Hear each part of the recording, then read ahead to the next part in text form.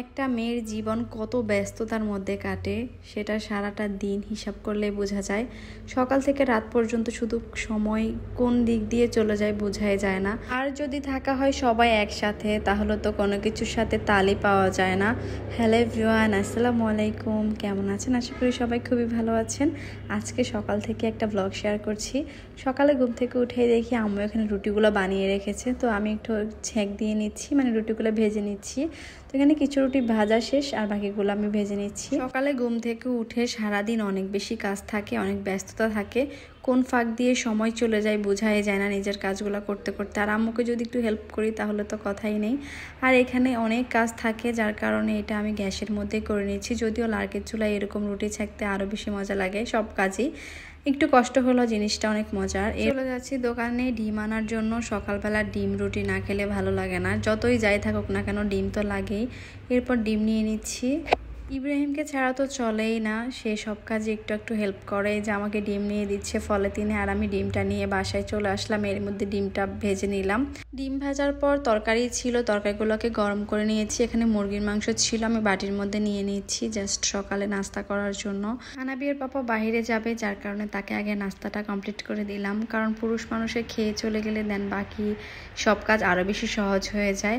দেন আমরা সবাই মিলে সকালে একসাথে নাস্তা করে নিয়েছি। এরপর আনাবিয়ার পাপাও চলে যাচ্ছে।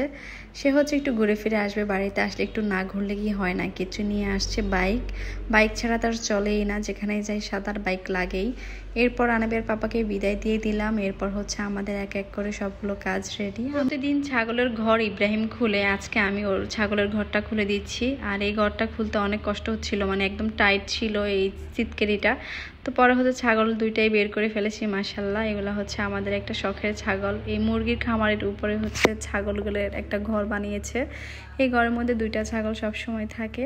আর এই সব কিছু ইব্রাহিমই দেখাশোনা করে, মাঝে মাঝে আমি একটু হেল্প করি ওকে। আর এখানে লাল শাক নিয়েছি আমার রান্না করার জন্য, ওগুলো ধুয়ে নিয়েছি। আর একটা সুন্দর ব্যাঙ দেখে এটা না করেই পারলাম না। ব্যাঙটা টুকটুক করে লাফিয়ে লাফিয়ে কোথায় যেন চলে যাচ্ছে ওর বাসাতে। এরপর আমু হচ্ছে সকালে একটু শ্যামাইও রান্না করেছে। রুটি খাওয়ার পর আমরা সবাই মিলে আবার শ্যামাই খেয়েছি। আমার হাতের এই বাদামের শ্যামাইটা না অনেক মজা। মায়ের হাতের সব খাবারই অমৃত, কি ভালো লাগে না, সব ভালো লাগে। যতদিন বাড়িতে থাকি দিনগুলো এত বেশি ভালো কাটে, ঢাকায় যাওয়ার কথা ভুলেই যাই, তারপরেও তো যেতেই হয়। এই মায়ের হাতে রান্নাগুলো খুব মিস করি, মন চাই শুধু উড়ে চলে আসি আমার হাতে রান্না খাওয়ার জন্য। এরপর আমরা সবাই মিলে একটু লুডো খেলছিলাম, লুডোটা ফোনেই খেলেছি। সব বোনরা মিলে ভাইয়া সহ আমরা এখানে লুডো খেলেছি। ভালো সময়গুলো খুব দ্রুত চলে যায়, দিনগুলো খুব দ্রুত চলে যায়। দেখতে দেখতে অনেকগুলো দিন চলে গেল। আজকের ভিডিওটা এ পর্যন্ত, সবাই ভালো থাকবেন। নেক্সটে দেখা হচ্ছে। আল্লাহ হাফিজ, আসসালামু আলাইকুম।